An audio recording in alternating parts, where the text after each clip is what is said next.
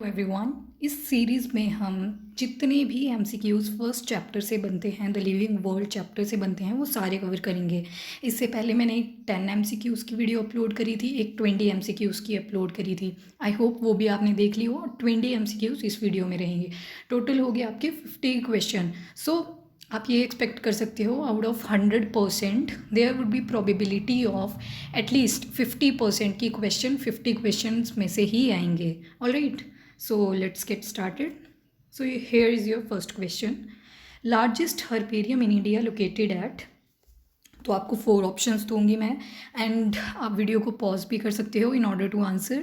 पहले खुद से आंसर करना है, देन आंसर देखो, ठीक है। एंड वीडियो आप 1.25 या 1.5x पे भी चला सकते हो, सो दैट वीडियो जल्दी कंप्लीट हो जाए। Alright, so these are your options. तो मैंने स्टेट का नाम नहीं डाला, मैंने जो उनकी डिस्ट्रिक्ट्स है उसका नाम डाला हुआ है। तो करेक्ट आंसर इज़ शिवपुर। ठीक है, शिवपुर कहाँ है? कोलकाता में। अगर आपको याद हो, मैंने आपको वो कमल वाला सीक्वेंस बताया था, कमल। ठीक है, तो के फॉर कोलकाता, जो कि कहाँ था? शिवपुर में बेसिकली। एम से था मद्रास या चेन्नई बोल लो, मॉडर्न अब चेन्नई है ना, देन लखनऊ। बट जो नाम है उसका बोटेनिकल या हर्बेरियम का, that is on the Madras, तो मैंने एम लिखा है यहाँ पे। ठीक है, तो answer is Shivpur. Then comes to the second question, how many species are there in book Species Plantarum? कितनी स्पीशीज़ हैं इस बुक के अंदर? और ऑल्सो आपको इसके राइटर का नाम भी पता होना चाहिए, स्पीशीज़ प्लांटेरम। अगर आपने एमसीक्यूज़ की फर्स्ट सीरीज़ देखी थी तो आपको ऑब्वियसली इसका नाम भी पता होगा कि किन्होंने ये बुक लिखी थी। सो वीडियो को पॉज करें एंड देन ऑप्ट करें। So C is your correct answer. Then comes to the third question, animals and plants best protected in? कहाँ पे इनको बेस्ट प्रोटेक्ट? एनिमल्स भी हैं, प्लांट्स भी हैं, ठीक है। जूस, बोटेनिकल गार्डन, सेंचुरीज या फिर नेशनल पार्क। तो मैंने आपको जूज़ वाले लेक्चर में एक डिफरेंस फॉर्म में बताया था कि जूज़ और नेशनल पार्क में क्या डिफरेंस होता है। तो अगर जूज़ की बात करूँ तो इसमें तो सिर्फ एनिमल्स इन्वॉल्व होंगे, बोटेनिकल की बात करूँ इसमें सिर्फ प्लांट्स होंगे, सेंचुरीज़ की करूँ इसमें एनिमल्स आ जाएंगे जो एंडेंजर्ड होते हैं। वाइल्ड लाइफ सेंचुरीज जो होती हैं एंडेंजर्ड होते हैं, मतलब एक्सटिंक्शन गेट टूवर्ड होते हैं, तो वो इसमें इंक्लूडेड होते हैं। Then comes to the national park, जिसमें एनिमल्स भी होते हैं और प्लांट्स भी होते हैं, बिकॉज इसमें एक बाउंड्री बाहर से दी जाती है, बीच में इसमें कोई ऑब्स्टिकल नहीं होता, तो यहाँ पे एनिमल्स इंटरेक्ट करते हैं अलॉन्ग विद प्लांट्स। तो इसका accurate answer is D. So largest herbarium in India is located इन? ये मैंने जान के आपको दोबारा से रिपीट करा है, बिकॉज आपकी रिटेंशन पावर का इससे पता चलेगा कि आप कितना मेमोराइज कर पाते हो। तो अभी आपको ये बिना ऑप्शंस के करना है opt. Then I am giving you options as well. Indian Botanical Garden Shivpur, Lloyd Botanical Garden Darjeeling, National Botanical Garden Lucknow and Forest Research Institute Dehradun. तो अभी मैंने लोकेशन पूछी थी सिर्फ, अभी मैंने botanical garden sorry along with the name पूछा कि हर्बेरियम कौन सा है। ठीक है, तो इंडियन बोटेनिकल गार्डन शिवपुर, जो कि कहाँ पे है आपका? कोलकाता में। ठीक है, तो this is the accurate answer. A is the correct answer. Come to the fifth question. Which one is not a taxonomical category? कौन सी taxonomical category नहीं है? अगर आपको keep, pot, clean, otherwise family, god sick याद है तो आप इसको इजीली ऑप्ट कर सकते हो। ग्लूमेसी, फाइलम, स्पीशीज, फैमिली। ऑल दो ग्लूमेसी जो है वो फैमिली है, बट यहाँ पे स्पेसिफाई करा है कि टेक्सोनॉमिकल कैटेगरी कौन सी नहीं है, तो ग्लूमेसी is the correct one. Not बोला है, मिसरीड नहीं करना है, नॉट बोला हुआ था। ठीक है, बाकी तो ये फाइलम, स्पीशीज, फैमिली कौन कौन से हैं टोटल? किंगडम, ठीक है, फाइलम की पॉट, क्लीन से class, other order, otherwise family, god, sick. तो kingdom, phylum, class, order, family, genus, species. So these are your taxonomical categories, obligate taxonomical categories. So A is the correct one. Come to the sixth question. Botanical gardens provide? क्यों use करते हैं हम botanical gardens को? ये आपकी options है। एक तो ठीक है, फर्स्ट ऑप्शन देखते हैं, इसमें एलिमिनेशन मेथड भी यूज़ कर सकते हो या फिर हमारे पास ऑल ऑप्शन भी है, वो भी यूज़ कर सकते हो। तो अगर मैं फर्स्ट देखती हूँ, beautiful area with ornamental plants, तो नहीं, ऑर्नामेंटल प्लांट्स का तो कोई रोल ही नहीं होता। हमें सिर्फ जो मेडिसिनल प्रॉपर्टीज़ या कुछ ऐसे प्लांट्स हैं जो बहुत रेयर हैं या फिर एग्जॉटिक हैं या फिर नेटिव हैं, वो यूज़ होते हैं। तो फर्स्ट तो मैं एलिमिनेट कर रही हूँ, तो इसका मतलब ऑल भी नहीं हो सकता, पहले ही गलत होगी है। Then comes to the C option, जिसमें बोला नेचुरल हैबिटेट है ये वाइल्ड लाइफ की, तो वाइल्ड लाइफ की तो बात ही नहीं होती ना, प्लांट्स पे फोकस्ड है, तो सी भी गलत हो जाता है। तो इसका अल्टीमेटली आंसर क्या है? बी। अब इस क्वेश्चन में मैंने ऑप्शंस इस तरह से डाली थी कि आप एलिमिनेट कर सकते हैं, बिकॉज XC2 हमने अभी कहीं डिफाइन नहीं करा, ये आपको नेक्स्ट चैप्टर्स में आएगा डिटेल में XC2 होता क्या है, बट मैं आपको यहाँ पे शॉर्टकट में बता देती हूँ XC2 क्या होता है। एक होता है आपका InSitu और एक होता है XC2। अब जैसे आपके नेशनल पार्क हैं वो InSitu है, बिकॉज उसमें हमने किसी भी एनिमल या किसी भी प्लांट की लोकेशन चेंज नहीं करी, वो वहीं पे रखा फॉरेस्ट में, बट क्या किया, एक एरिया में हमने दे दी बाउंड्री, बहुत एकड़ में होता है ये एरिया जो नेशनल पार्क्स का होता है, ठीक है। तो हमने चेंज कुछ नहीं करा, बस एक बाउंड्री दे दी कि वहाँ पे हमें इन्हें प्रोटेक्ट करना है, ठीक है। तो वो तो हो गया InSitu। And when it comes to the XC2 मतलब हमने प्लांट्स को वहाँ से निकाला जो पर्टिकुलर स्पीशीज़ थी और जाके बोटेनिकल गार्डन में उसको ग्रो करा, ठीक है, that is XC2। And germ plasm की बात कर रहे हैं, तो जर्म प्लाज्म क्या होता है, चलो इसको जब बायोटेक वाला चैप्टर आएगा उसी में कवर करेंगे। Alright, so here is B is your accurate option. Then comes to the 7th question, which one is correct. तो कुछ स्टेटमेंट्स दी हैं आपको, देन ऑप्शन पिक करनी है अकॉर्डिंगली, ठीक है। सो अब इसमें आप ध्यान से देखो, पहला बोलते हैं e statement in couplet is called lead, ठीक है, लीड ही था। सेकेंड स्टेटमेंट बोलती है कॉन्ट्रास्टिंग स्टेटमेंट्स इन की इज कॉल्ड कपलेट, तो कॉन्ट्रास्टिंग स्टेटमेंट जो होती है उनको हम कपलेट बोलते हैं। एंड देन अगली जो फर्स्ट और थर्ड ऑप्शन है आप देखेंगे वो दोनों सेम है, बट जिसको स्पेलिंग्स पता है वो इसको इजीली ऑप्ट कर लेगा। तो फर्स्ट तो वैसे ही गलत हो जाती है बिकॉज स्पेलिंग इज LEAD, तो सेकेंड और थर्ड स्टेटमेंट दोनों करेक्ट हो जाती हैं, ठीक है। तो option is B, alright. Then comes to the 8th question, that World forest Day is celebrate on, ठीक है। जैसे वर्ल्ड फॉरेस्ट डे हो गया, वर्ल्ड वाइल्ड लाइफ डे हो गया, या फिर वर्ल्ड वाटर डे हो गया, ये बेसिक से क्वेश्चन होते हैं, जनरल क्वेश्चन भी आते हैं नीट के पेपर में। तो मैंने इसमें से एक डाल दिया है आपको, world forest Day is celebrate on 21 January, 21 Feb and 21 मार्च, और डी इज़ 22 मार्च। तो मैंने जान के एक सी ऑप्शंस डाली हैं सो दैट आप कल को अगर पढ़ें तो आपको इजीली याद आ जाए। तो अभी इसको ध्यान से सुन लो, इसका एक्यूरेट आंसर है 21 मार्च, ठीक है। क्या है? 21 मार्च। वर्ल्ड वाटर डे भी बहुत इंपॉर्टेंट है जो कि हम सेलिब्रेट करते हैं ऑन 24 मार्च। तो ऐसे याद रख लो कि फॉरेस्ट डे बनाया हमने पहले, फिर उसके 3 दिन के बाद क्या मना लिया? वाटर डे, ठीक है। तो 21 March is the accurate answer for world forest day. And अगर मैं वर्ल्ड वाटर डे की बात करूँ तो that is on the 24 March. तो ये दोनों ही बहुत इंपॉर्टेंट है, आपको ये याद रखने हैं। Then comes to the 9th question, management of forest और woodland for production of timber and other wood products. तो एक स्टेटमेंट दे रखी है, आपको राइट वन ऑप्ट करना है। This is again a general question जो हम स्किप कर देते हैं बट ये इंपॉर्टेंट होते हैं, तभी मैंने MCQs डाले हैं आपको इस तरह से कि जो स्किप भी हो गए हैं उनको हम कवर कर सकें। तो आई होप आपको हॉर्टिकल्चर का पता होगा, टिश्यू कल्चर का भी पता होगा, सिविकल्चर वो जो मोथ्स वगैरह होते हैं ना उसकी प्रोडक्शन से रिलेटेड है। तो इसका अल्टीमेटली आंसर इज़ सी, ठीक है। C is the right one, जिसमें हम क्या करते हैं? फॉरेस्ट की मैनेजमेंट करते हैं in order to produce timber and other product. Timber जो होता है फिर ह्यूमन बीइंग्स जो होती हैं फर्दर कंपनी यूज़ करती हैं in order to make several products related to the wood, all right, so C is your correct answer। CV and Silvi तो दोनों में कंफ्यूज नहीं होना है, इसमें L लगता है इसमें नहीं है, ठीक है। तो इतना सा डिफरेंस है, you have to remember that. ये मोथ्स वाले केस में आएगा, इसका भी कोई रोल नहीं है, you have to remember only one, that is silviculture जो लिविंग वर्ल्ड में है, ठीक है। Then comes to the 10th question, the book which contain a record of animal which are known to be in danger and book maintained by IUCN। एक book का नाम बताना है आपको जिसमें सारे के सारे एनिमल्स का एक रिकॉर्ड होता है जो कि डेंजर में है, मतलब एक्सटिंक्शन के टुवर्ड है, एंड ऑल्सो उसको मेंटेन कौन करता है? IUCN। तो ये आपकी ऑप्शंस हैं, ठीक है। तो इसमें आपको पता चल गया होगा, red cross book, red cross जो है ये ऐसी कोई बुक नहीं होती, ये भी नहीं होती, ये भी नहीं होती, इसमें accurate answer is red data book. अगर आप न्यूज़ भी डेली देखते हो तो आपको रेड डेटा बुक का काफ़ी पता होगा, बिकॉज हर किसी दिन किसी ना किसी एनिमल का स्टेटस आता रहता है कि ये क्रिटिकली एंडेंजर्ड है, ये वल्नरेबल है। जैसे अभी ये कोलकैंथ नाम की फ़िश मिली थी तो उसका रेड डेटा बुक ने IUCN के माध्यम से स्टेटस बताया है कि दैट इज़ क्रिटिकली एंडेंजर्ड। पहले ये माना जाता था कि वो एक्सटिंक्ट हो गई है, बट अभी थोड़े टाइम पहले वो दोबारा से ओशन में देखने को मिली है। So it has been found that they are still critically endangered, ठीक है, तो रेड डेटा बुक के अंडर आता है। Then comes to the 11th question, which one is not correct. Misread नहीं करना है, मैंने यहाँ पे नॉट करेक्ट बोला है, ठीक है।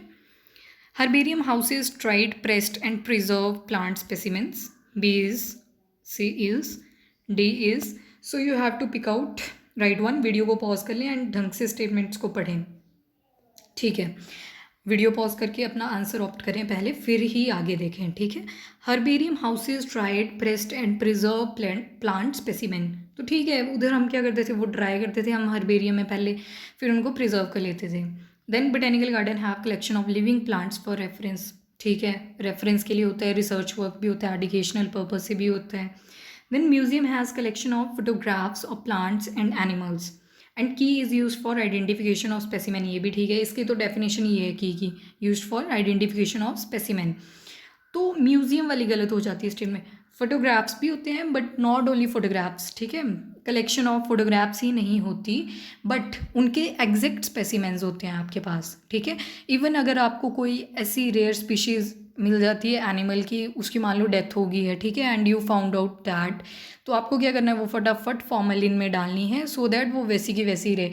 आप फॉर्मेलिन में एक बार डाल दो तो वो बॉटल में एज इट इज़ दिखता है जैसे वो बाहर पड़ा हुआ मिला था आपको, ठीक है। सो सी जो है यहाँ पे इनकरेक्ट हो जाती है। यहाँ पे फॉसिल्स भी होते हैं, अगर आपने म्यूजियम कभी विजिट करा हो तो एक्यूरेट चीज़ रखी होती है, नॉट ओनली द फोटोग्राफ्स होते हैं, बस पेंटिंग वगैरह होती है, वो भी बनाई होती है, नॉट फोटोग्राफ नहीं होती, ठीक है। तो फोटोग्राफ यहाँ पे गलत हो जाता है, तो सी इज़ राइट ऑप्शन, ठीक है। Then comes to the 12th question, which one is taxonomic aid for identification of plants and animal। अब मैंने taxonomic aid बोला है, ठीक है, identification of plant and animal में कौन सी जो taxonomic aid है वो कौन सी यूज़ होती है, तो ठीक है, की क्या स्टेटमेंट थी, used for identification of plants and animal, जिसमें हम कॉन्ट्रास्टिंग कैरेक्टर लेते हैं एंड कॉन्ट्रास्टिंग कैरेक्टर लेने के बाद एक को एलिमिनेट कर लेते हैं दूसरे को एक्सेप्ट कर लेते हैं। देन फ्लोरा जो है, कैटालॉग जो है, मोनोग्राफ्स जो हैं, ये आते थे हमारे हर्बेरियम वाले पार्ट में, ठीक है।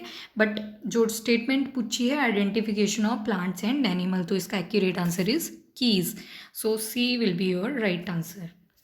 Then comes to the 13th question, group related genera is, ठीक है। अब आपके पास एक ग्रुप पकड़ा दिया है जिसमें जेनरा ही जेनरा है, तो उसको आप क्या बोलोगे, तो answer is very clear. Video pause करके एक बार रिटेंशन पावर अपनी इंक्रीज करें कि क्या था ग्रुप ऑफ जेनरा, तो आंसर इज़ बी। देखो, स्पीशीज प्लस स्पीशीज होता है that will be equal to genus, ठीक है। जब जीनस या जेनरा प्लस जेनरा आ जाता है तो वो हो जाता है फैमिली, ठीक है।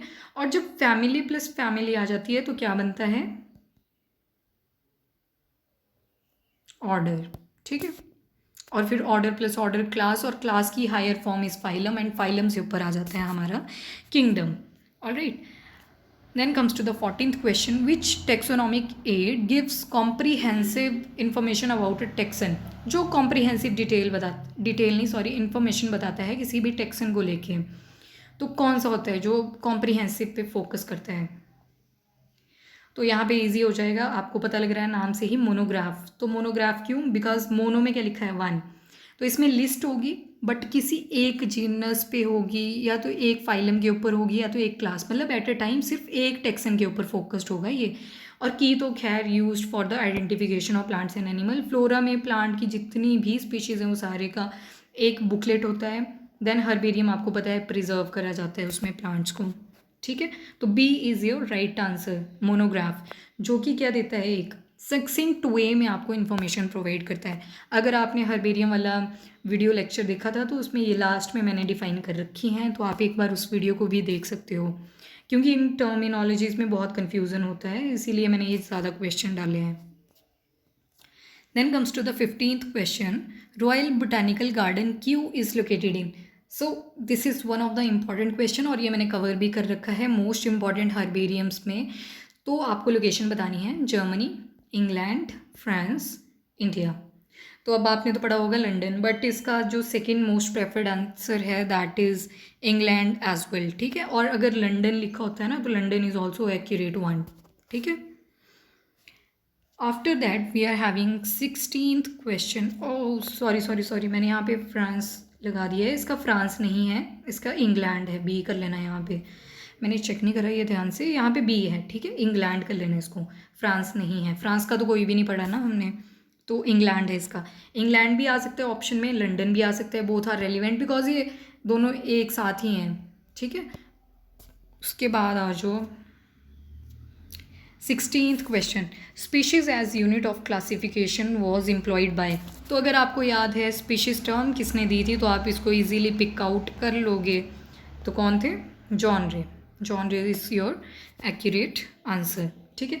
लीनियस के हमने बहुत सारे काम पढ़े हैं, जैसे बायनोमियल नोमेनक्लेचर किसने दिया था? लीनियस ने दिया था। सिस्टम नेचर किसने लिखी थी? वो भी किसने लिखी थी? लीनियस ने लिखी थी। देन टेक्सोनॉमिकल कैटेगरी का कॉन्सेप्ट भी किसने दिया था? लीनियस ने दिया था। फिर जलियन हक्सले की बात करें तो उन्होंने न्यू सिस्टमैटिक्स टर्म कॉइन करी थी। डी कैंडले की बात करें तो उन्होंने टेक्सोनॉमी को डिफाइन करा था। तो इस तरह से आप याद रख सकते हो, ठीक है। फादर भी यही हैं, डी कैंडले ही टेक्सोनॉमी के। Alright, then comes to the 17th question. Taxonomic key is one of the taxonomical tool in identification and classification of plants and animal. It is used in the preparation of. अब आपको taxonomic की के बारे में बता दिया है, आपको बताना है कि ये यूज़ कहाँ होती है। मोनोग्राफ्स में, flora, both A and B and D is none. तो अगर मैं इन दोनों के कॉम्बिनेशन मोनोग्राफ, फ्लोरा, अगर कैटालॉग भी होता है यहाँ पे, इन सबको मिला लूँ तो वो क्या करते हैं, की क्या करती है, इन सबको आइडेंटिफाई करने में हमें हेल्प करती है, ठीक है। तो इसके बोथ मोनोग्राफ भी और हमारी फ्लोरा भी, दोनों इसके आंसर्स होंगे, ठीक है। C is the accurate one. Then comes to the 18th question, taxonomic unit phylum in classification of animal is equivalent to which hierarchical level in classification of plant. ठीक है, फाइलम बता दिया आपको कि एक टेक्सोनॉमिक यूनिट है आपके पास phylum, और आपको बताना है ये किसके इक्विवेलेंट होती है जब हम प्लांट्स की क्लासिफिकेशन करते हैं। इन शॉर्ट में बोलूँ तो फाइलम को क्या बोलेंगे जब हमें प्लांट्स की क्लासिफिकेशन लिखनी है?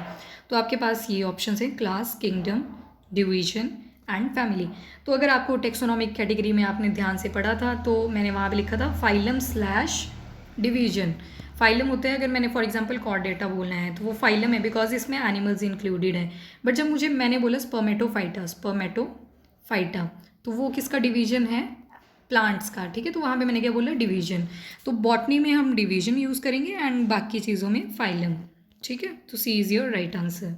Then comes to the 19th question, who established real botanical garden. जो रियल बोटेनिकल गार्डन था वो फर्स्ट टाइम किसने एस्टेब्लिश करा था? तो अगर आपको फादर ऑफ बॉटनी याद है तो आप इसको ईजिली पिक कर लोगे। तो इसका राइट आंसर इज़ थियोफ्रास्टस, ठीक है। Then comes to the 20th question which is last as well. Rank between super order and class. Order and class, rank below सब जीनस। तो एक ही वर्ड यूज़ करते हैं अगर ऐसी कंडीशन आ जाती है कि जहाँ पे सब सुपर ऑर्डर भी है और क्लास भी है, या फिर सेकंड आ जाती है ऑर्डर और क्लास है, या फिर आ जाएगा ऐसा रैंक जो सब जीनस से नीचे है, तो आप उसको क्या बोलोगे? तो ये आपकी ऑप्शंस हैं, ठीक है। तो आप उसको क्या बोलोगे? कोहर्ट। क्या बोलोगे इसको? कोहर्ट। ये आपके लिए नया हो सकता है बिकॉज ये मैंने किसी भी लेक्चर में कवर नहीं करा था, कोहर्ट, ठीक है। तो ये इन दिनों में से एक भी कंडीशन पूछ ली जाती है तो आपको क्या ऑप्शन पिक करना है? Cohort. It's like a transition state, ठीक है। जब भी कोई कहीं आप स्टक हो जाओगे, you are unable to give answer whether to put it in super order और इन क्लास, देन क्या आप टर्म यूज़ करोगे? कोहर्ट। बहुत कम यूज़ होती है बट नॉलेज के लिए मैंने आपको इसको बता दिया। एंड डोमेन, अगर मैं बोलूँ किंगडम से भी ऊपर क्या चीज़ होती है तो उसको बोलते हैं super kingdom, and super kingdom को हम क्या बोलते हैं? डोमेन। तो ये किंगडम से भी ऊपर होता है। एक आता है सुपर किंगडम हमारे पास, यूकैरिया, तो उसको बोलते हैं हम डोमेन यूज़ करते हैं, वहाँ पे सुपर किंगडम भी नहीं बोलते।